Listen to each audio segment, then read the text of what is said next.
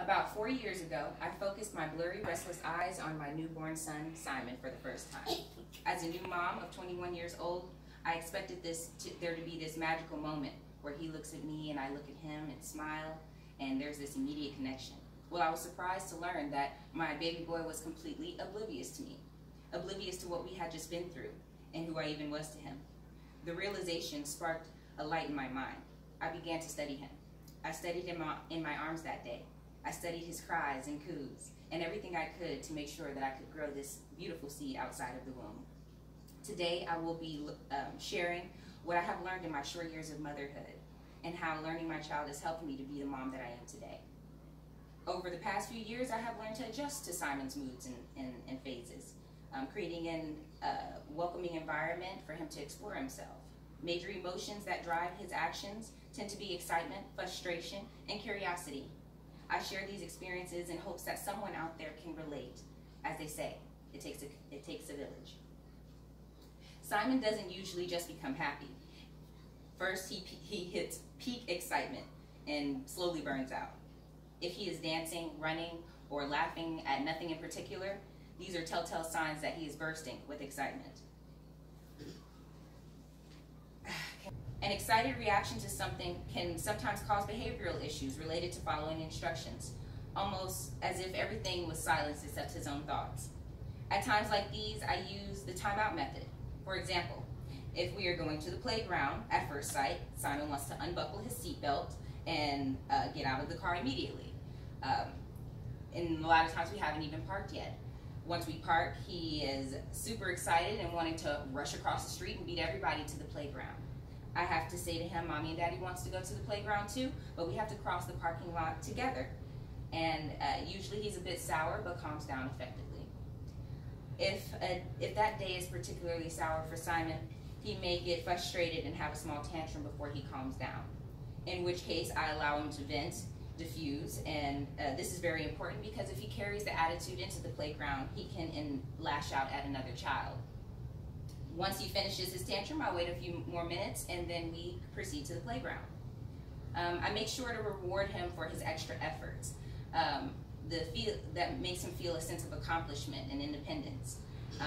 After a reward is given, he usually amps up the overachievement and helps out around the house with trash and making his bed and etc. Sometimes the overachiever in Simon might accidentally destroy something of value. Usually, if he knows that he has broken something, he already feels bad. I resort to allowing him an opportunity to do something that is within his realm of capacity. This encourages him to seek tasks that are more realistic for him to handle without having to punish him for destroying that valuable item.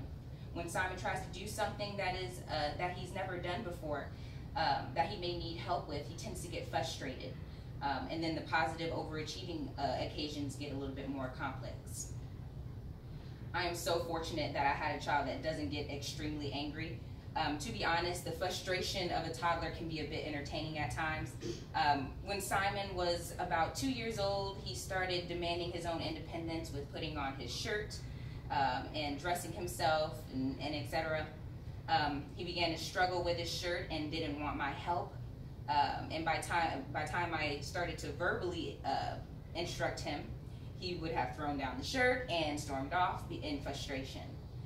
In times like this, I let him calm down, and then I ask him to let me show him how to put the shirt on, showing him which holes are which and where the tag belongs. And then we practice a few more times. After a couple of weeks, usually he has it down. Accomplishing these things builds confidence and allows him to explore trying other things as far as his independence. TV shows like Curious George were a significant part of my childhood programs, and the apple doesn't fall too far from the tree. Not only does Simon watch Curious George, he really does think he is a curious little monkey. He will explore the ins and outs of cabinets, garden, and underneath the public library table. Anything is better than sitting still. Hiding anything from this kid is nearly impossible. I call him my nosy neighbor. It takes a great sense of awareness to notice the things that he sees.